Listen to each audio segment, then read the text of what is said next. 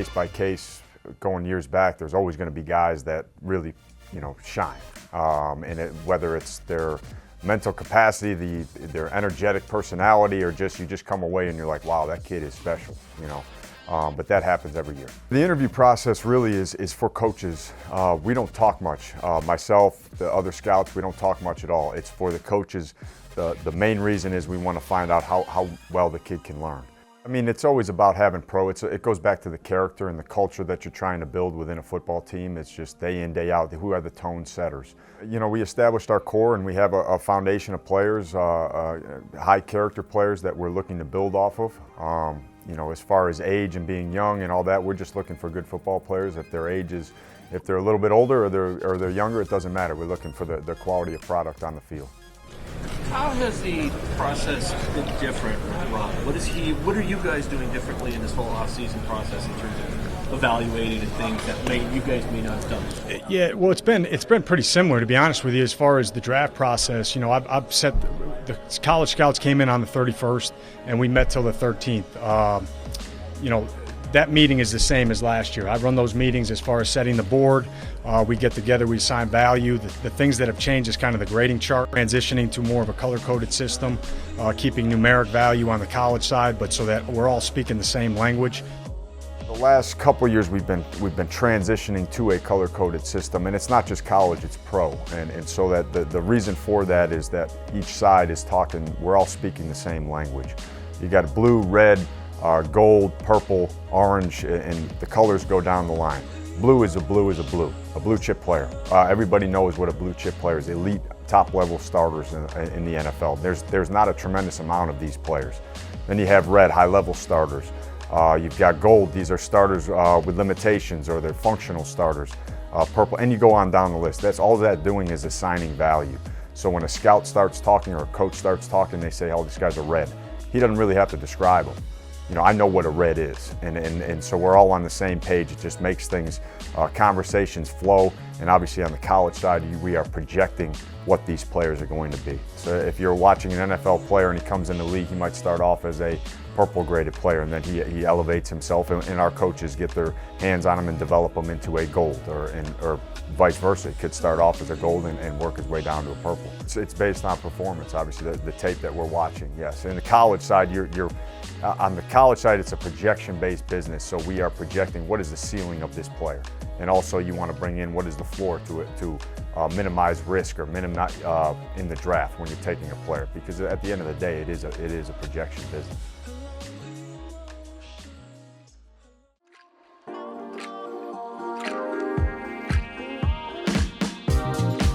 We started as a coaching staff with the scouts the first week of February, right after the Super Bowl. We got together and we evaluated our entire roster.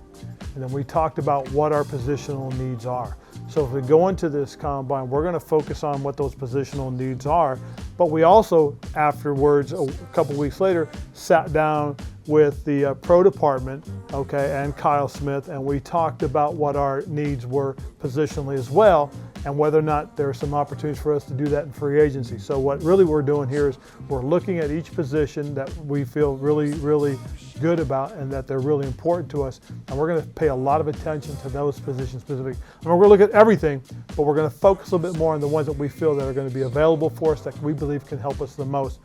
But we're also going to start talking about, continue to talk about, where we can also fill those needs with free agency. Going into the draft, we want to be able to sit there and have very little knowledge out there as to where we're going, because it's real important. I mean, from the first round all the way down to the end of the draft and into preferred free agency with the college players, we've got to be able to move very quickly without people, getting in the way or interfering.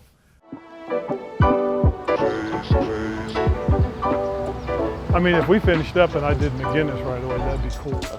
Or if could we do it now? I wouldn't mind doing it. If I could do it early, I'd do it early. It'd be cool to see him. Remember when the movie Top Gun came out?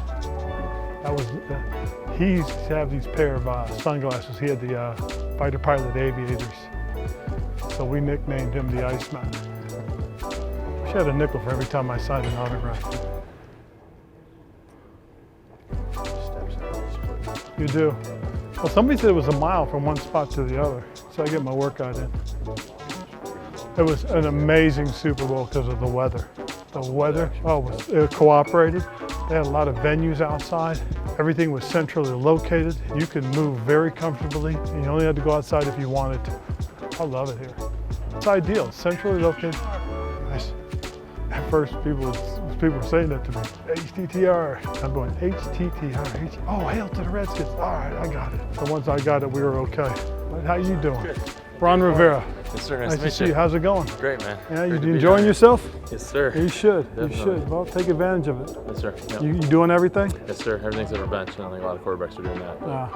That's all right. We'll be watching. Yes, all sir. right. No doubt about it. All right. Nice to meet Have a you. good one. Yes, sir. You too. How you doing?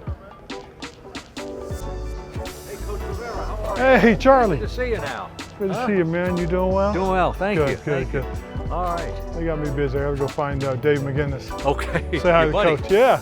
It's good to see you, Charlie. Charlie's been good to me. Look at this stadium. Mooch. Take some stress. Oh, yeah, you're taking What's my up, spot. man? You're killing me. You're killing me. How you doing?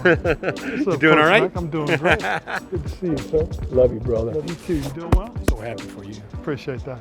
The Midday 180, 104.5 The Zone. We are live What's from that? the Paul NFL Ron Rivera, how you Combine, doing? and we're queued up by our coverage here at the NFL Combine. Look, we move on the fly here. Coach Mack with the connections, and Ron Rivera joins us at our broadcast site, new head coach of the Washington Redskins. Coach Rivera, how are you? Doing great. Doing great.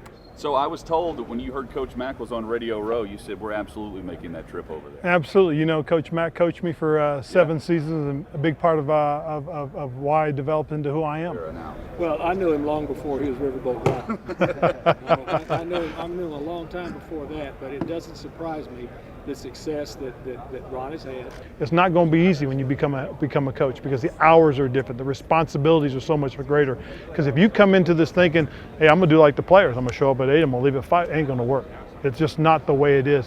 When you come in as a coach, man, the hours are what's important because you've got to put the right amount of work in. You know, the league is changing now because the game has changed. And so that's one of the things that I'm learning is I've got to adapt to today's players, to today's game.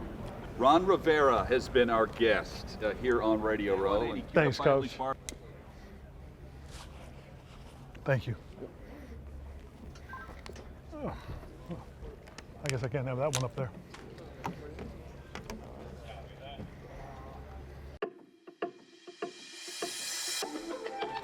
We are looking at everything. Everything is possible. Everything is an option. What we do, we're going to decide as a group, and we'll go forward from there. I think the biggest thing that you want to try and do more so than anything else is as you go through your draft process, is you just want to make sure you're drafting the best guy. Whether it doesn't matter where they're from, more so than anything else. Now, if the guy is from a smaller school and you take him later in the draft or as a preferred free agent, yeah, you're going to spend a little bit less so you can spend a little bit more on somebody else. This is what the draft is for. You know, we've got to look at a lot of things right now. We got a lot of options as far as replacing the players that we've lost. But you know, we'll see how things go. And again, you just never know. Sometimes the answer's on your roster as well. Tua is one of the guys that we're bringing in, just so everybody knows.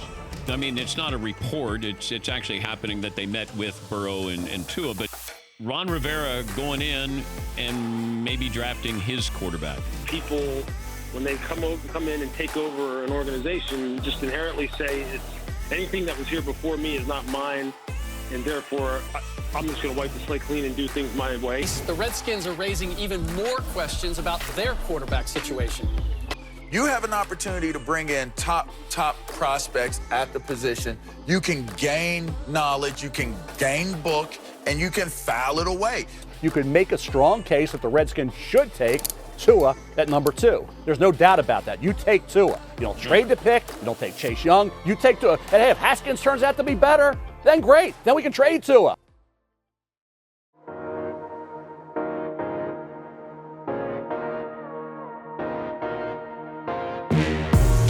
He showed you what he could do. Nice. Vertical jump. Oh, yeah. Go get coaches involved. He's fun. I just love at that.